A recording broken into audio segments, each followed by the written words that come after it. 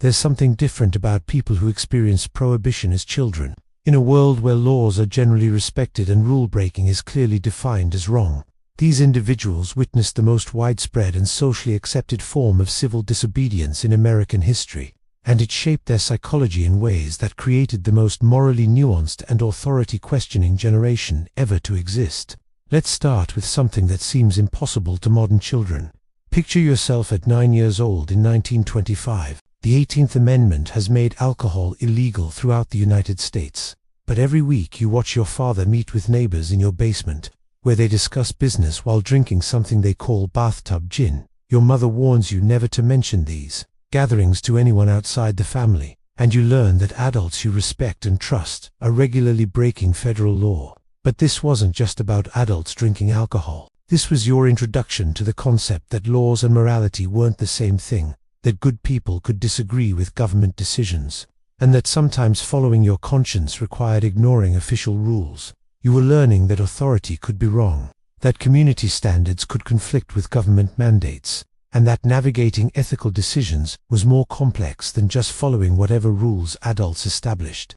Think about what happened to your developing brain during those prohibition years. Every family gathering, every neighborhood conversation, every trip to what adults called a speakeasy taught you that the relationship between law and right behavior was complicated, negotiable, and dependent on individual judgment rather than automatic compliance. This created what moral psychology experts call ethical complexity awareness. Unlike children who learned simple rules about right and wrong that correspond to legal and illegal behavior, you learned that moral decisions required considering multiple factors, that good people could make different choices about the same situations, and that blindly following authority wasn't always the most ethical response to difficult circumstances. Your family's participation in illegal drinking was unpresented as criminal behavior, but as reasonable resistance to unreasonable government interference in personal choices. You learned that civil disobedience could be a form of moral courage when laws conflicted with community values and individual freedom. This developed what political psychology researchers call principled law skepticism. You learned to evaluate laws based on their fairness and effectiveness rather than just their official status, to understand that legal and moral weren't synonymous terms, and to recognize that sometimes the most ethical response to bad laws was thoughtful disobedience rather than automatic compliance. But here's what made the prohibition experience psychologically profound. Beyond just learning about lawbreaking, you were witnessing how quickly and completely entire communities could organize alternative economic and social systems when official systems didn't serve their needs or reflect their values. Speakeasies weren't just places to drink illegal alcohol. They were alternative social institutions where people gathered for entertainment, business meetings, and community connection. Bootleggers weren't just criminals. They were entrepreneurs providing services that communities wanted but government had forbidden. You learned that when laws don't reflect community needs, people create their own solutions, that alternative systems can function alongside official systems, and that individual communities have the power to resist and work around government decisions they consider harmful or unnecessary. This created what social systems psychology experts call alternative institution recognition. He learned that official authority was not the only source of social organization, that communities could create their own rules and systems when official rules didn't serve their needs, and that social order could be maintained through community cooperation rather than just government enforcement. Now, imagine walking through your neighborhood and seeing the subtle signs that indicated which businesses were serving alcohol despite prohibition. A certain knock at the back door of the barbershop, a password whispered at the entrance to what appeared to be an ordinary restaurant, adults using code words and secret signals to communicate about activities that were illegal but widely accepted. This underground economy taught you about discretion, community loyalty, and the difference between public behavior and private beliefs. You learned that adults could present one face to official authority while living according to different principles in their personal and community lives. You learned that survival sometimes required understanding when to speak openly and when to remain silent, when to trust outsiders with sensitive information and when to protect community secrets, and how to participate in community life while maintaining appropriate boundaries with official authority. This developed what social discretion psychology experts call selective information sharing. Psychology. You learned that not all authority figures deserved complete honesty. that community loyalty sometimes required withholding information from government officials, and that social intelligence included understanding when transparency served community welfare and when discretion was necessary for community protection. The Prohibition experience also taught you about the relationship between supply, demand, and the unintended consequences of trying to control human behavior through legislation. Despite the law, people continued to want alcohol. Despite enforcement efforts, people continued to find ways to obtain alcohol. Despite penalties, people continued to risk punishment to maintain activities they considered reasonable and enjoyable. You learned that human desires and social behaviors were stronger than government attempts to control them, that prohibition often created more problems than it solved, and that the most effective social policies were those that worked with human nature rather than against it. This created what behavioral policy psychology experts call prohibition. Effectiveness, skepticism.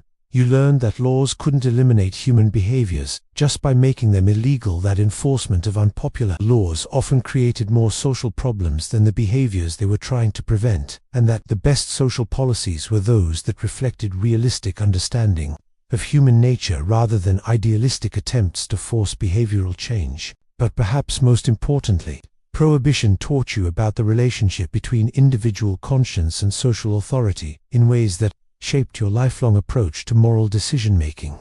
You watched adults you respected make careful, thoughtful decisions about when to follow government rules and when to follow their own judgment about what was right for their families and communities. These weren't people who rejected all authority or ignored all laws. They were people who believed that individual conscience and community standards should play a role in determining which laws deserved compliance and which laws represented government overreach into areas that should remain matters of personal choice.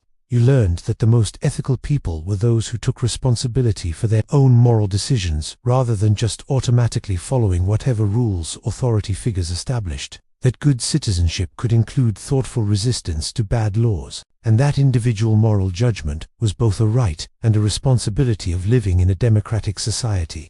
This developed what moral autonomy psychology experts call conscience-based decision-making psychology.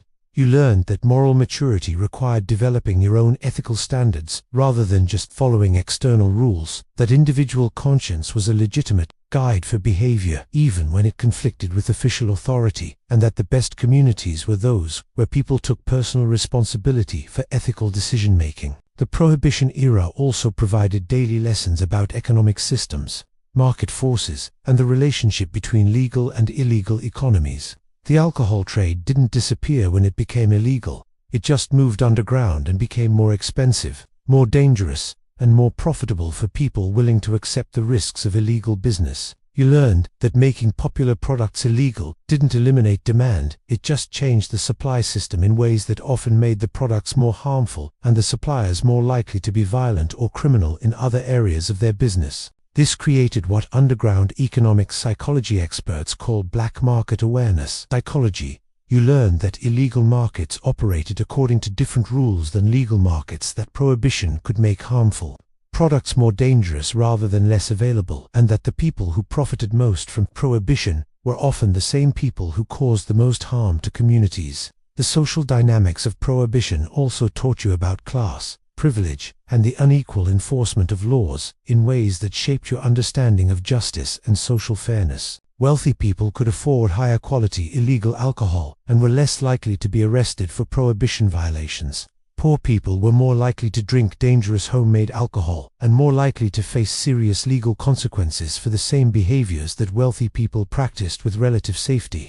You learned that laws weren't enforced equally across all social classes, that economic privilege provided protection from legal consequences, and that justice systems often reflected social inequalities rather than correcting them. This developed what social justice psychology experts call inequality awareness consciousness. You learned that legal systems could perpetuate social inequalities rather than providing equal treatment under law, that individual economic circumstances affected legal treatment as much as individual behavior, and that true justice required considering social context as well as individual actions. Years passed. The 21st Amendment repealed prohibition in 1933. Alcohol became legal again, and the underground economy that had developed during prohibition mostly disappeared. but something from those years of witnessing widespread civil disobedience stayed with you forever.